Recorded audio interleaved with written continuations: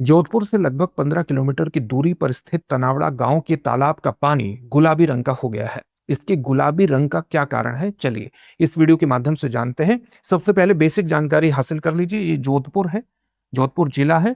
इसको अगर आप बड़े नक्शे में देखें, मान लीजिए यहाँ जोधपुर हुआ और इसी के पास एक नदी बहती है जोधपुर के पास से ही, जिसको हम जानते हैं जोजरी नदी के नाम से, जोजरी नदी। तो जोजरी नदी के पास ही एक गांव है जिसका नाम है तनावड़ा। यहीं के तालाब का जो पानी है वो गुलाबी रंग का हुआ है, यानी इसमें प्रदूषण बढ़ गया है। इसके प्रदूषण से संबंधित आंकड़े हम देखेंगे। तनावड़ा गांव जोधपुर से लगभग 15 किलोमीटर की दूरी पर स्थित है। पहले इस तालाब के पानी का इस्तेमाल आप पीने के लिए भी, यानी पेयजल के लिए भी कर सकते थे, लेकिन अब हालत ऐसी हो गई है कि मवेशियों के लिए भी इस पानी का इस्तेमाल नहीं किया जा सकता। तो ऐसी स्थिति क्यों उत्पन्न हुई है, उसके संभावित कारण क्या है और इसके संबंध में जो जांच की गई है, नमूने इकट्ठे किए गए हैं, उसके क्या परिणाम आए हैं, ये सब जानना आपके लिए इंपॉर्टेंट हो जाता है। जैसे जून महीने में इस तालाब के पानी के प्रारंभिक नमूने इकट्ठे किए गए। किसके द्वारा इकट्ठे किए गए? राजस्थान राज्य प्रदूषण नियंत्रण मंडल के द्वारा इकट्ठे किए गए। प्रदूषण नियंत्रण मंडल, इसको नोट कर लीजिएगा। इसलिए भी नोट कर लीजिए क्योंकि जो राजस्थान राज्य प्रदूषण नियंत्रण मंडल है, ये एक वैधानिक संस्था है। वैधानिक संस्था कौन सी संस्था होती है? जिसका गठन हम किसी एक्ट के माध्यम से, किसी अधिनियम के माध्यम से करते हैं, यानी एक स्टैट्यूटरी बॉडी है। और इसका गठन किस एक्ट के माध्यम से हुआ है उसको भी नोट कर लीजिएगा। इसका गठन हुआ है जल प्रदूषण की रोकथाम, प्रदूषण की रोकथाम एवं नियंत्रण अधिनियम 1974, 1974 के तहत फरवरी 1975 में हमने राजस्थान राज्य प्रदूषण नियंत्रण मंडल की स्थापना की थी। बाद में इसकी शक्तियों का या इसके कार्यों का विस्तार कर दिया गया, और वो विस्तार किन अधिनियमों के माध्यम से हुआ? हम 1981 में एक और अधिनियम लेकर के आए, वायु प्रदूषण की रोकथाम एवं नियंत्रण अधिनियम 1971 लेकर के आए। इसके तहत इस प्रदूषण नियंत्रण मंडल की जिम्मेदारियों का विस्तार हुआ। और फिर आप जानते हैं हम पर्यावरण संरक्षण अधिनियम 1986 लेकर के आए, और पर्यावरण संरक्षण अधिनियम 1986 के माध्यम से भी हमने इसकी शक्तियों का विस्तार कर दिया। इस प्रकार से ये राजस्थान में जल प्रदूषण, वायु प्रदूषण, मृदा प्रदूषण, औद्योगिक कचरे से होने वाले प्रदूषण को नियंत्रित करने का काम करता है, एक स्टैट्यूटरी संस्था है। तो इसी के द्वारा इस तालाब के, तनावड़ा तालाब के नमूने इकट्ठे किए गए। अब जब ये नमूने इकट्ठे किए गए तो इसमें बहुत चौंकाने वाले तथ्य हमारे सामने आते हैं। किस प्रकार के चौंकाने वाले तथ्य सामने आए हैं उसको देखिए। जैसे नॉर्मली एक पानी में अगर हम टीडीएस की बात करें, टीडीएस का मतलब क्या है? टोटल डिसॉल्व्ड सॉलिड्स, यानी कुल घुले हुए जो ठोस पदार्थ है। ये पानी में प्रदूषण को मापने का एक तरीका है। तो जो टीडीएस की मात्रा है पानी में, वो अधिकतम 500 मिलीग्राम पर लीटर हो सकती है। तो अगर पीने योग्य जल है तो उसे सामान्यतः माना जाता है कि उसमें टीडीएस की मात्रा 500 मिलीग्राम पर लीटर या उससे कम ही होनी चाहिए। अब जब इसका नमूना इकट्ठा किया जून में, तो उसमें टीडीएस की मात्रा कितनी पाई गई? आप देखिए आंकड़ा 55,700 मिलीग्राम पर लीटर। कितना बढ़ा हुआ आंकड़ा है। इसी प्रकार से अगर आप सीओडी यानी केमिकल ऑक्सीजन डिमांड की बात करें, यह भी पानी में रासायनिक प्रदूषकों को मापने का एक तरीका है। जब हम सीओडी की बात करते हैं तो सीओडी का मतलब क्या है? केमिकल ऑक्सीजन डिमांड का मतलब क्या है? यह ऑक्सीजन की उतनी मात्रा को अभिव्यक्त करता है जितनी मात्रा पानी में मौजूद रासायनिक तत्वों, चाहे वो कार्बनिक हो चाहे अकार्बनिक हो, उनको रासायनिक रूप से तोड़ने के लिए चाहिए होती है। उतनी ऑक्सीजन की मात्रा को ये बताता है, और ये पानी में केमिकल जो रासायनिक प्रदूषण होता है उसका मापक है। अब सीओडी की मात्रा कितनी होनी चाहिए? सामान्य रूप से डब्ल्यूएचओ के अनुसार 10 मिलीग्राम पर लीटर या उससे कम होनी चाहिए। यहां पर कितनी है इस तालाब में? 1394 मिलीग्राम पर लीटर। इस नमूने से ये जांच सामने आई जो प्रदूषण नियंत्रण मंडल के द्वारा लिए गए थे।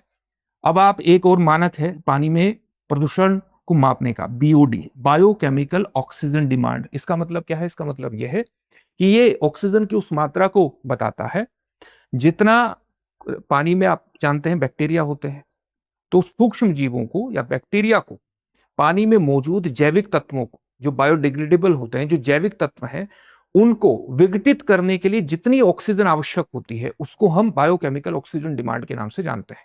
यह भी पानी में प्रदूषण को, जैविक प्रदूषण को मापने का एक तरीका है। तो बीओडी की सुरक्षित सीमा कितनी होनी चाहिए? 1 से 3 मिलीग्राम पर लीटर मानी जाती है। और बहुत ज्यादा अगर आप देखेंगे कि सुरक्षित जल को सामान्य रूप से जो बीओडी का स्तर है ये माना जाता है कि वो 1 मिलीग्राम पर लीटर से नीचे रहे तो ही ज्यादा बेहतर है। यहां पर इस तनावड़ा की तालाब में कितना पाया गया है? 306 मिलीग्राम पर लीटर ये पाया गया है। तो आप देखिए कि समस्या है कि नहीं है। यानी प्रदूषण का स्तर बहुत बड़े स्तर पर बढ़ा हुआ है। अब इस मामले को, अब जोजरी नदी जो पास में बहती है उस पर भी सुप्रीम कोर्ट ने एक बड़ा निर्णय दिया था। वो बड़ा निर्णय क्या था कि 2 न्यायाधीशों की एक खंडपीठ ने, सुप्रीम कोर्ट की 2 न्यायाधीशों की एक खंडपीठ ने राजस्थान हाई कोर्ट के पूर्व न्यायाधीश संदीप लोढ़ा की अध्यक्षता में एक समिति गठित की थी और ये कहा था कि जो जोजरी नदी है इसके संरक्षण और पुनर्जीवन का काम किया जाए, क्योंकि तालाब में प्रदूषण बढ़ने का एक संभावित कारण यह भी माना जा रहा है कि कहीं जोजरी नदी का ही पानी रिस करके तो तालाब में नहीं आ रहा है। हालांकि समिति इसलिए गठित नहीं हुई थी, समिति का उद्देश्य था जोजरी नदी के पानी का या जोजरी नदी का पुनर्जीवन करना, उसका संरक्षण करना। और जब संदीप लोढ़ा, जो न्यायमूर्ति संदीप लोढ़ा के अध्यक्षता में वो समिति गठित की गई, तो जांच में क्या सामने आया? जांच में ये सामने आया कि बहुत बड़े स्तर पर औद्योगिक इकाइयां पाइपलाइन के माध्यम से अवैध रूप से अपना अपशिष्ट जल जोजरी नदी में डाल रही है और सुप्रीम कोर्ट ने 300 से अधिक इस तरह की इकाइयों पर प्रतिबंध भी लगाया है। अब आप देखिए कि इस तनावड़ा तालाब के संभावित कारण क्या माने जा रहे हैं। संभावित कारणों पर भी एक नजर आपको डाल लेनी चाहिए। एक संभावित कारण तो ये माना जा रहा है कि जो महोत्सव होते हैं, महोत्सव के दौरान जो मूर्ति विसर्जन तालाब में किया जाता है, इस मूर्ति विसर्जन के कारण ये प्रदूषण हो सकता है बढ़ा हुआ तनावड़ा तालाब में। लेकिन इसके विरोध में ग्रामीण ये कहते हैं कि मूर्ति विसर्जन तो बहुत सालों से हो रहा है, लगातार हो रहा है, इस परंपरा का पालन तो बहुत दिनों से है, और जो तालाब के पानी में गुलाबी रंग है और इस तरह का प्रदूषण है वो तो 1 वर्ष से ही देखा जा रहा है। तो इस पर भी मूर्ति विसर्जन पर सवाल खड़े किए गए हैं। दूसरा कारण ये माना गया है कि आसपास जो औद्योगिक इकाइयां हैं, कहीं वे तो चोरी छिपे टैंकर के माध्यम से इस तालाब में पानी डाल रही हैं। टैंकर के माध्यम से अपशिष्ट जल तो नहीं डाला जा रहा है। एक संभावित कारण ये, इस पर भी चर्चा हो रही है। एक कारण ये है कि जो औद्योगिक इकाइयां हैं वो कहीं पाइपलाइन के माध्यम से अवैध तरीके से तो नहीं डाल रही है पानी। हालांकि जो प्रारंभिक जांच हुई है इसके आसपास किसी तरह की पाइपलाइन की उपस्थिति के संकेत प्राप्त नहीं हुए हैं और 2 टेक्सटाइल्स इकाइयां, टेक्सटाइल्स यूनिट्स जो कि प्रारंभिक जांच में प्रदूषण नियंत्रण मंडल को प्राप्त देखी गई थी, उसके द्वारा जांच में आई थी, उनको भी ध्वस्त कर दिया गया है। तीसरा संभावित कारण जो अभी आपको बताया था कि जोजरी नदी से पानी तो नहीं रिस रहा है और जोजरी नदी पर सुप्रीम कोर्ट पहले ही समिति गठित कर चुकी है। तो ये संभावित कारण इसके माने जा रहे हैं और इस समस्या के समाधान के लिए एक महत्वपूर्ण निर्णय राजस्थान सरकार के द्वारा ये लिया गया है कि उसने जोजरी नदी और तनावड़ा तालाब के प्रदूषित जल को उपचारित करने की जो जिम्मेदारी है उसके लिए एक विशेषज्ञ समिति गठित, या आप कह सकते हैं कि उसकी जिम्मेदारी दी है नीरी को। नीरी क्या है? नीरी है national environmental engineering research institute. इसका मुख्यालय कहाँ? नागपुर में इसका मुख्यालय है। इसका गठन कब किया गया था? 1958 में इसका गठन किया गया था। जब इसका गठन किया गया था तो इसका नाम क्या था? केंद्रीय जन स्वास्थ्य अभियांत्रिकी अनुसंधान संस्थान था। बाद में 1974 में इसका नाम इंदिरा गांधी सरकार के द्वारा बदला गया था, तब इसका नाम national environmental engineering research institute कर दिया गया था। यह क्या करती है? यह हमारा पर्यावरण विज्ञान और इंजीनियरिंग के क्षेत्र में इनोवेशन, विकास और अनुसंधान का काम करती है। साथ ही जल प्रदूषण, मृदा प्रदूषण या वायु प्रदूषण को किस प्रकार से उनके समाधान तलाशने हैं उस पर भी ये काम करती है, उनके समाधान प्रस्तुत करने का काम करती है। तो इसी को ये जिम्मेदारी दी गई है। इससे संबंधित एक प्रश्न भी देखेंगे, लेकिन उससे पहले इस बात को ध्यान में रखना है कि दृष्टि संस्थान आपके लिए एक बहुत बड़ा ऑफर लेकर के आया है द न्यू सेशन सेल के रूप में, जहां पर आपको 22 जुलाई तक पीसीएस के सभी ऑनलाइन कोर्सेज पर 50% तक का डिस्काउंट मिल रहा है। और पीसीएस के सभी ऑनलाइन कोर्सेज पर 50% का सीधा सा मतलब है कि आरएएस के भी सभी ऑनलाइन कोर्सेज पर 50% तक का डिस्काउंट है।